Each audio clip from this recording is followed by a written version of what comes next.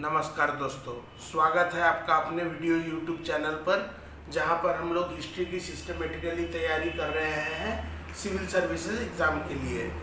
और इसमें पूरे हिस्ट्री को हम लोग धीरे धीरे पार्ट वाइज कवर करेंगे जैसा कि प्लान है, ताकि आप लोगों को एमसीक्यूज फेस करने में कोई दिक्कत ना हो। तो पिछले बार हमने वैदिक एज तक अपना सिलेबस कंप्लीट कर लिया था पिछले वीडियो में। अब इस वीडियो में हम लोग बात करेंगे the 16 mahajanapadas and the rise of Magadh. तो महाजनपद का मतलब क्या होता है? महाजनपद का मतलब होता है स्टेट।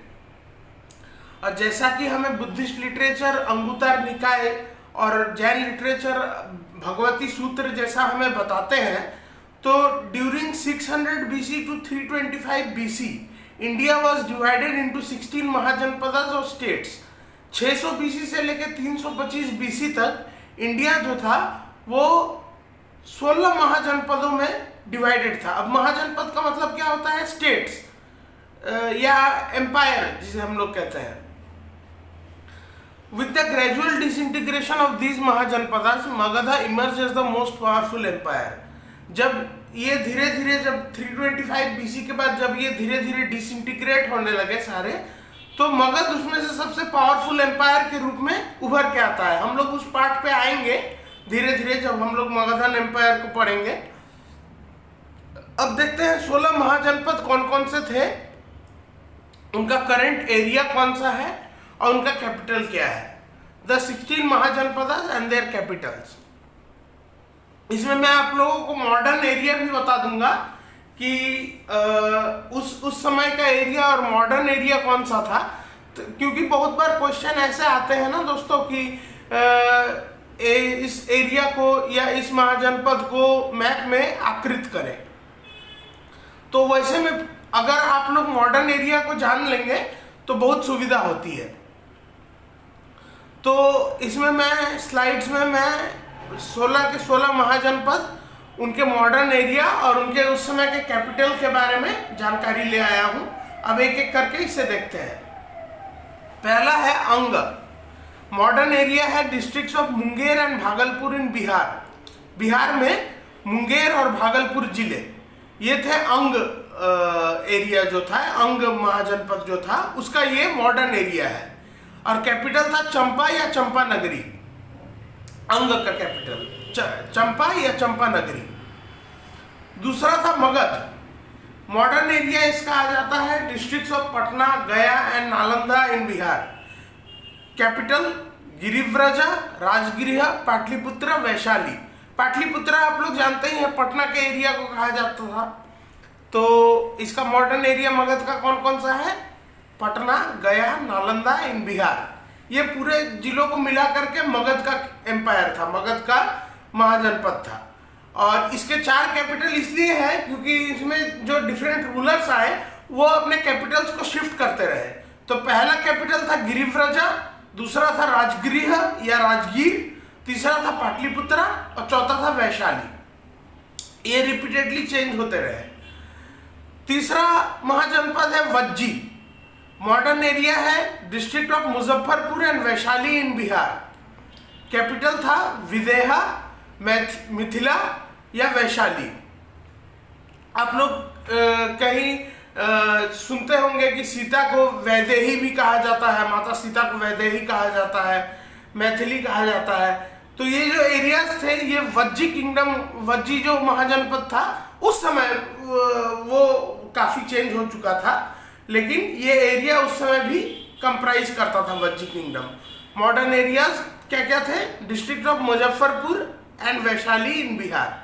कैपिटल था विदेहा, मिथिला और वैशाली। चौथा महाजनपद था मल्ल।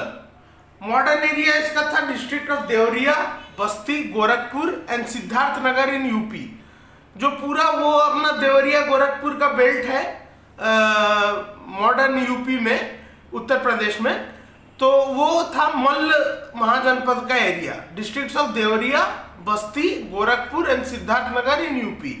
कैपिटल था कुशीनारा एंड पावा। 2 कैपिटल थे इसके, कुशीनारा और पावा। 5th महाजनपद है काशी। मॉडर्न एरिया है district of Varanasi in UP. Varanasi के पहले जो स्टेशन आता है, अगर आप रेलवे से कभी ट्रेवल करते होंगे तो काशी आता है। तो वो कल्चर कहीं ना कहीं अभी तक भी रह गया है। और ये कहा जाता है कि काशी सबसे पुरातन नगरी थी।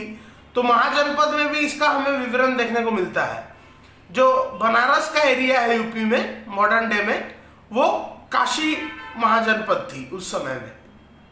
इसका कैपिटल वाराणसी ही थी, बनारस या वाराणसी। छठा महाजनपद है कोसल। मॉडर्न एरिया है डिस्ट्रिक्ट ऑफ फैजाबाद, गोंडा, बहराइच इन उत्तर प्रदेश। ठीक है, district of Faizabad, Gonda, Bahraich in Uttar Pradesh. Capital इसके दो थे, नॉर्थ कोसल का अलग कैपिटल था और साउथ कोसल का अलग कैपिटल था। नॉर्थ कोसल का कैपिटल था श्रावस्ती और साउथ कोसल का कैपिटल था साकेत। साकेत यानी अयोध्या भी कहते हैं, जो अयोध्या का पुराना नाम है वो साकेत है। अब आते हैं सातवें महाजनपद पर। सातवां महाजनपद था वत्स। मॉडर्न एरिया है district of Allahabad and Mirzapur in UP. Uttar Pradesh में इलाहाबाद और मिर्जापुर डिस्ट्रिक्ट, और कैपिटल थी इसकी कौशाम्बी। वत्स महाजनपद की कौशाम्बी कैपिटल। ये कैपिटल्स आप लोग अच्छे से याद कर ले, ताकि क्योंकि डायरेक्ट क्वेश्चन भी कभी कभी आ जाते हैं कि वत्स महाजनपद का कैपिटल कौन सा था। मॉडर्न एरिया तो मैप में मार्क करने के लिए मैं आपको बता ही दे रहा हूं, इसमें भी डायरेक्ट क्वेश्चन आ जाते हैं कभी कभी कि द किंगडम ऑफ वत्सा या the Mahajanapada of Vatsa included which modern area. तो इसीलिए ये दोनों चीजें बहुत इंपॉर्टेंट है, इसे अच्छे से याद कर ले। हो सके तो वीडियो को पॉज करके रखें और ये कहीं नोट डाउन कर ले। आठवां जो महाजनपद था वो था चेदी। Modern area Bundelkhand. बुंदेलखंड जो एरिया है यूपी और एमपी के बॉर्डर में, वो एरिया था चेदी का एरिया, चेदी महाजनपद का एरिया, और इसकी कैपिटल थी शक्तिमती। ठीक है। नौवां जो महाजनपद था वो था कुरु। Modern area Haryana and Delhi. Capital था इसका इंद्रप्रस्थ। इंद्रप्रस्थ हम लोग जो है इंद्रप्रस्थ से क्या समझते हैं, मॉडर्न जो दिल्ली है उसे उस समय में इंद्रप्रस्थ कहा जाता था, और यही कैपिटल था कुरु महाजनपद का। 10वां महाजनपद पांचाल। मॉडर्न एरिया है रुहेलखंड, वेस्टर्न यूपी, वेस्टर्न उत्तर प्रदेश में रुहेलखंड का जो एरिया है, और इसके कैपिटल भी दो थे, नॉर्थ पंचाल और साउथ पंचाल का। नॉर्थ पंचाल का जो कैपिटल था वो था अहिछत्र, और साउथ पंचाल का जो कैपिटल था वो था कंपिल्य। ये सारे उसी जमाने के नाम हैं। डायरेक्टली इन पे कैपिटल्स पे पूछे नहीं जाते हैं कि कौन सा मॉडर्न एरिया है। ये आप सिर्फ मतलब जनरली नहीं पूछे जाते हैं, तो आप लोग सिर्फ कैपिटल उस समय के नाम ही याद कर ले और मॉडर्न एरिया ऑफ द जो महाजनपद है वो याद कर ले। 11वां हमारा महाजनपद है शूरसेना। मॉडर्न एरिया है ब्रजमंडल, जो ब्रजभूमि है यूपी की ब्रजभूमि, जहां से राधा कृष्ण थे। तो वो जो मॉडर्न एरिया वो उस समय का महाजनपद था शूरसेना, और इसका कैपिटल था मथुरा में। 12वां महाजनपद मत्स्य। मॉडर्न एरिया है, ये राजस्थान में था। अभी तक हम लोग जो भी देख रहे थे यूपी बिहार में थे, क्योंकि नॉर्दर्न किंगडम उस समय बहुत ही बड़ी थी और गैंजेटिक प्लेन्स पे निवास बहुत ज़्यादा कॉमन था। तो लेकिन अब आते हैं हम लोग 12वें महाजनपद पे, जो था मत्स्य। मॉडर्न एरिया है अलवर, भरतपुर एंड जयपुर इन राजस्थान। भरतपुर याद कर ले, भरतपुर में एक बर्ड सेंचुरी भी है राजस्थान में, भरतपुर में।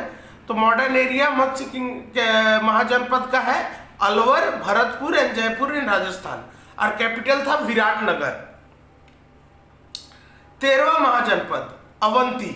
मॉडर्न एरिया है मालवा। तो मालवा कौन सा एरिया है? एमपी वाला एरिया, मध्य प्रदेश वाला एरिया। मालवा प्लेटूज हम लोग कहते हैं ना। तो इसके भी दो कैपिटल थे। नॉर्दर्न अवंती की थी उज्जैनी, और साउदर्न अवंती की थी माहिष्मती। ये वो वाला माहिष्मती नहीं है बाहुबली फिल्म वाला इसे याद रख ले। साउथ अवंती की कैपिटल थी माहिष्मती और नॉर्थ अवंती की कैपिटल थी उज्जैनी या उज्जैन। 14th महाजनपद है अश्मका। तो ये था between Narmada and Godavari reverse. अब रिवर्स के बीच में जो एरिया कंप्राइज होता है वो आप मैप पे देख सकते हैं।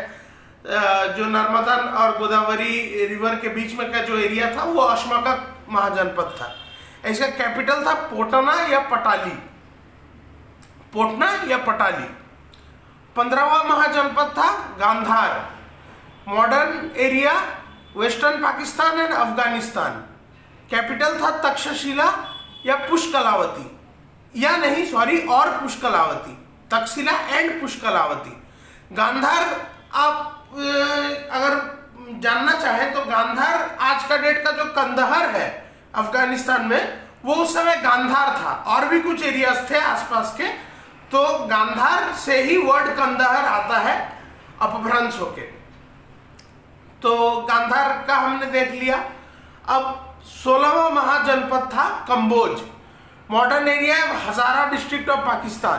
पाकिस्तान का जो हजारा डिस्ट्रिक्ट है वो इसका मॉडर्न एरिया है कंबोज का। और कैपिटल था राजापुर या हटका। ये दोनों एक ही जगह के नाम है, राजापुर या हटका, पर आप दोनों को याद कर लें।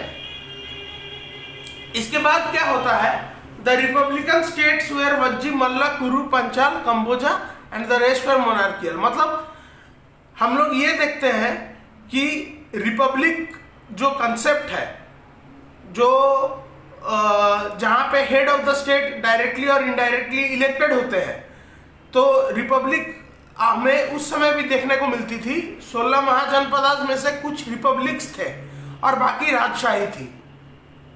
तो रिपब्लिकन स्टेट्स कौन कौन से थे? वज्जी, मल्ल, कुरु, पांचाल और कंबोज, ये सब रिपब्लिकन स्टेट्स थे और बाकी राजशाही थी।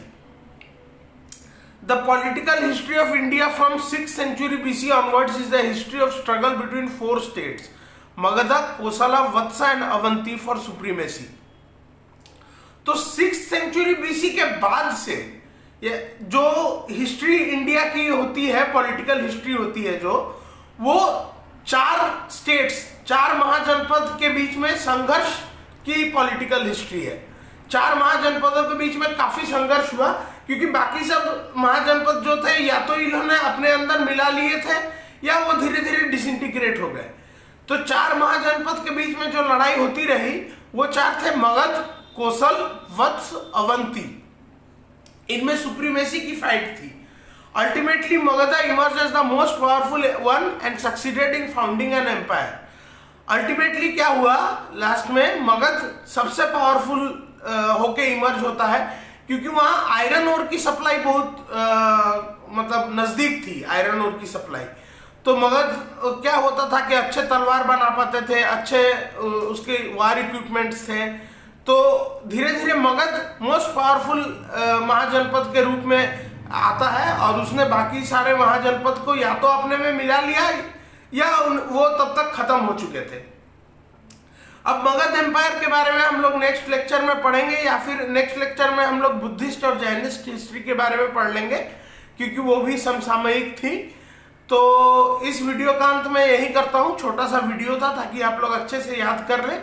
और जिसने भी चैनल को अभी तक सब्सक्राइब नहीं किया, प्लीज चैनल को सब्सक्राइब करें, लाइक करें, शेयर करें, ताकि मुझे और मोटिवेशन मिलता रहे और मैं एक एक चीज आप लोगों को हिस्ट्री की पढ़ा दूंगा। जो शुरू से लेकर अंत तक इंडियन हिस्ट्री में आप लोगों से क्वेश्चन पूछे जा सकते हैं, जहां जहां से, वो सारे हम कवर करेंगे धीरे धीरे वीडियोस में। तो इस शॉर्ट वीडियो को देख लें और फिर से एक बार आप लोगों से रिक्वेस्ट करता हूं कि सब्सक्राइब करें।